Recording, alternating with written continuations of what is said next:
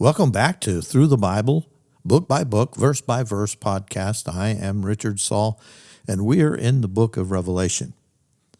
The same scene of God's throne from our last episode is being covered as we continue on in chapter 5.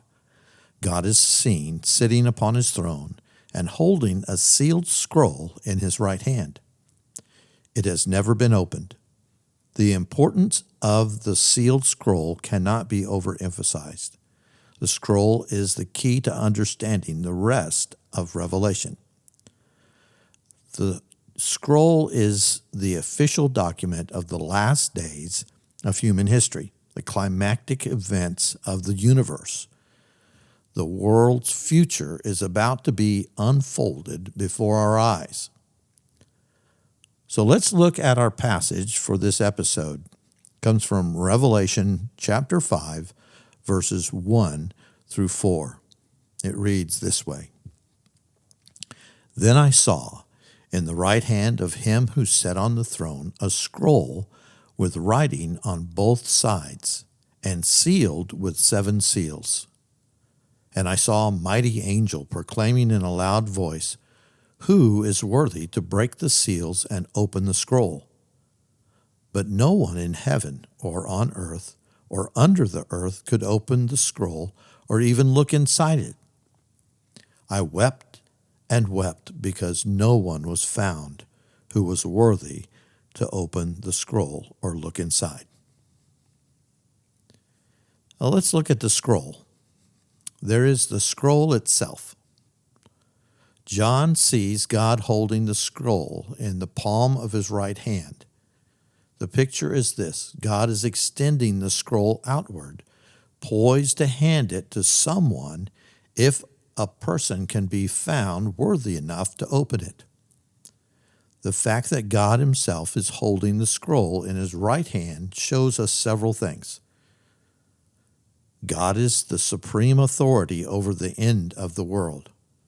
He governs all the events of history, both on the earth and throughout the universe. God holds the future in his hands, the destiny of the world. The scroll apparently contains the judgments and redemption seen in the latter chapters. It may also be the scroll that was sealed in the book of Daniel, chapter 12, verse 4. And it reads, "But you, Daniel, close up and seal the words of the scroll until the time of the end. Many will go here and there to increase knowledge." There also appears to be an allusion to the scroll the Lord handed Ezekiel in Ezekiel chapter 2, verse 9 and 10. And it reads, "Then I looked, and I saw a hand stretched out to me. In it was a scroll, which he unrolled before me. On both sides of it were written words of lament and mourning and woe." We also see in this passage that God is ready to carry out and execute the events. He is ready for the end time to begin, ready for the end of the world to be launched. It is simply a matter of finding someone worthy to carry out and oversee the events for God.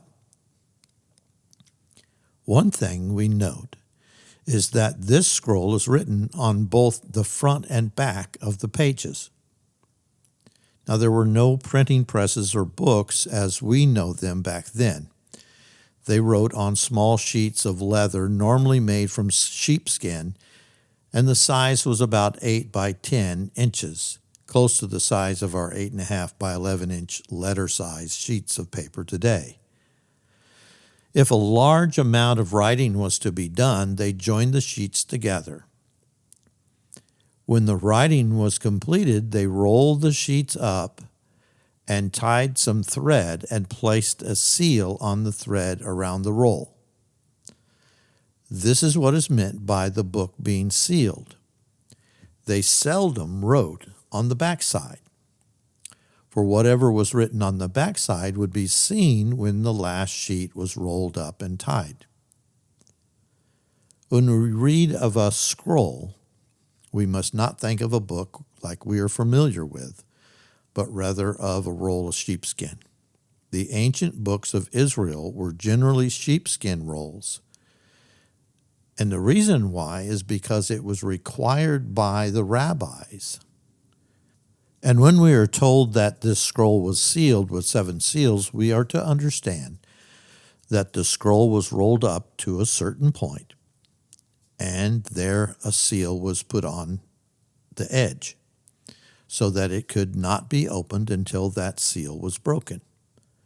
It was rolled up a little farther, and another seal put on it, and so on, until there were 6 seals on the edge of the scroll and 1 seal closing the entire scroll.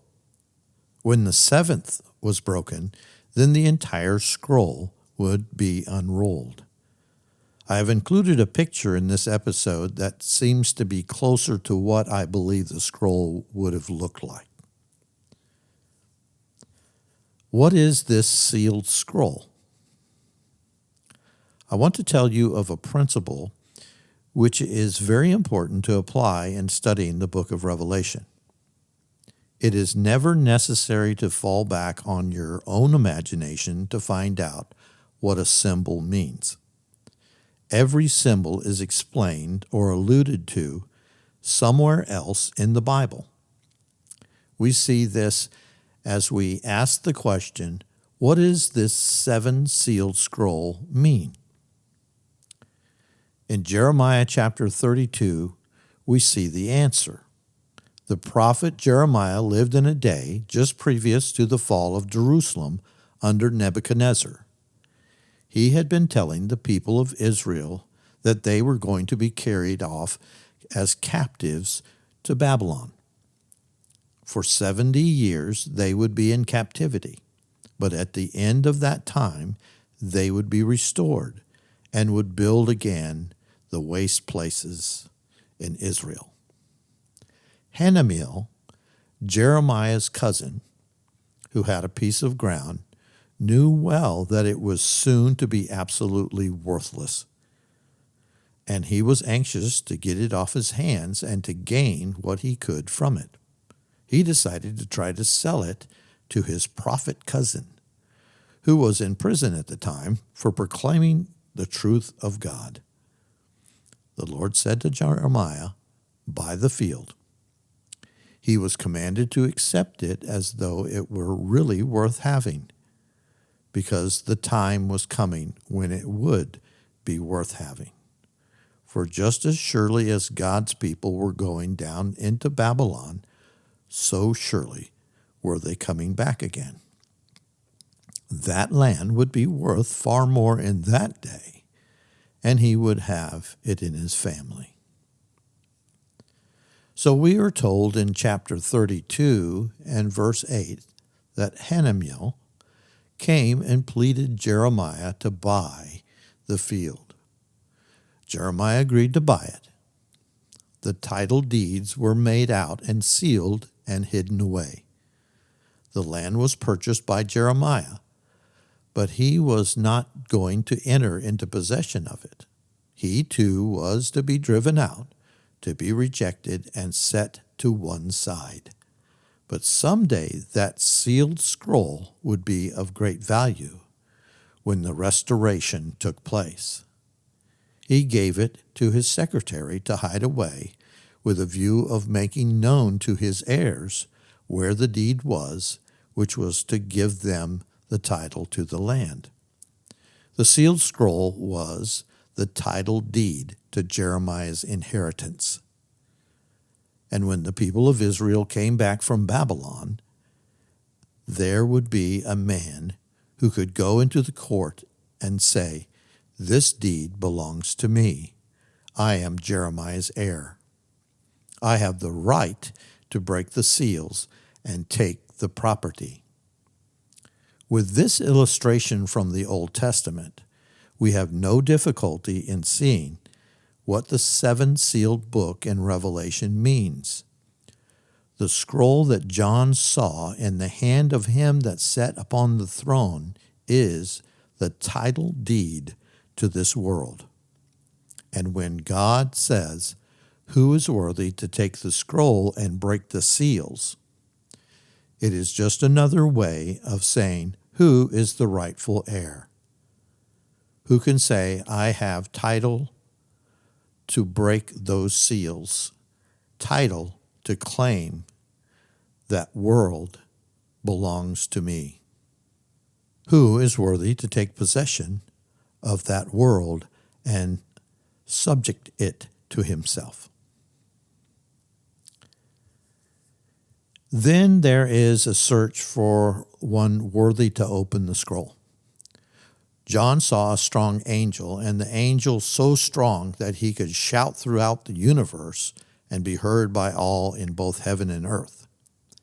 He shouted out the most penetrating question of human history: who is worthy to break the seals and open the scroll? This shows us how supreme and majestic God really is. He is so far above all creatures, even the creatures in heaven as well as those on earth, that a search has to be conducted to find someone who's worthy to approach him and carry out his will. The search seems to fail. There seems to be no being, any place that is worthy to approach God and execute his will throughout the universe. No creature in heaven was found worthy to open the scroll. Imagine the glorious angels, the seraphim, the cherubim, the four living creatures privileged to surround the throne of God, the 24 elders, all the redeemed. No being in heaven was worthy enough to approach God and open the scroll. No person on earth was found worthy to open the scroll.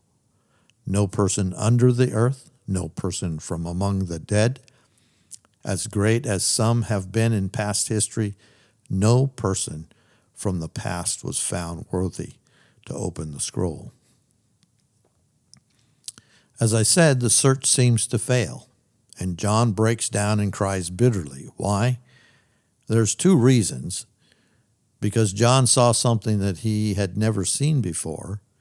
John saw the greatness of God, the supreme majesty and glory of God, and how far superior God is to all living creatures. There was not a single person or being any place that could be found worthy to approach God and open the scroll and carry out the events of human history.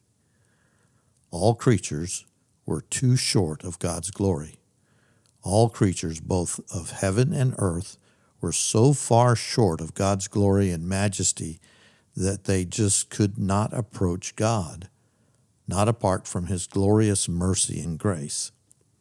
And as stated, John saw as never before the greatness of God, the glory and majesty, the dominion and power of God, how high and how far superior God is to all creatures.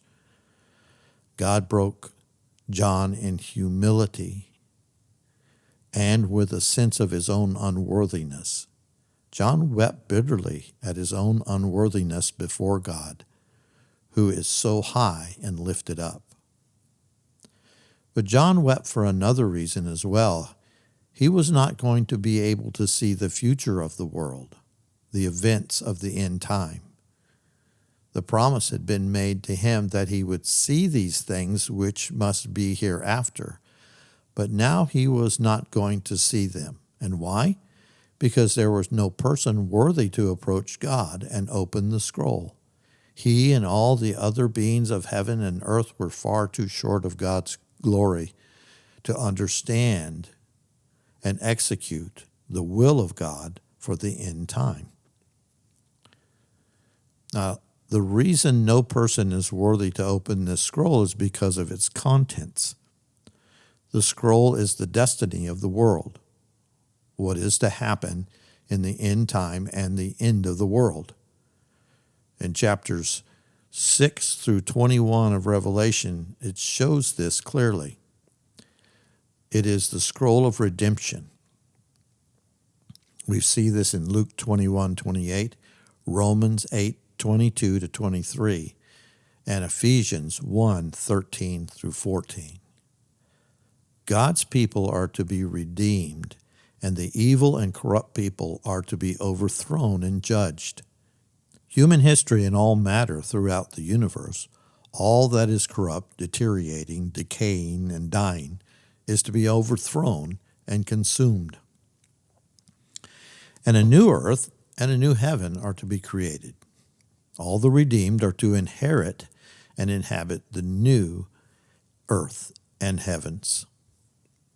This is both the fate and the redemption of the world. This is history written before it happens. So the person who opens this scroll must be a person who can understand exactly what the scroll is saying. And then he must be able to carry out God's will and execute the events. The person must have the very mind and power of God, who can execute and rule over the events of the end time. There's only one such person. It's the Son of God himself, the Lord Jesus Christ. Christ and Christ alone is worthy to open the scroll. This is the scroll of redemption, the scroll of historical optimism. The same scroll is referred to in Daniel 12:8 through 9, and Ezekiel 2:9 through 10. The message of this scroll is now prophesied as seals are broken and the events of the last days are seen. Now, note the size and thickness of this particular scroll. It takes 7 seals to bind it. All that is in the rest of Revelation is contained in this scroll. Note also the scroll is in God's hand. History is in God's hand. He is in charge. He has a plan, a purpose for the universe. Who is worthy to carry out this plan, this purpose? Who can rule and reign over these events? The idea is that Christ and Christ alone is worthy. We will see why it is Jesus who can open the scroll in our next episode. We should pay close attention to the book of Revelation. Study and live in its message. It is the revelation of God's will for the end time, the events that are yet to take place throughout the universe. Well, in this next episode, we will be looking at verses 5 to 14 of chapter 5. God is seen sitting upon his throne and holding a sealed book in his right hand. He hands the scroll to the only one that is worthy. Yes, it is Jesus Christ. And see why he is the only one that is worthy. Worthy is the Lamb. This is Richard Saul thanking you for listening to the podcast Through the Bible, book by book, verse by verse.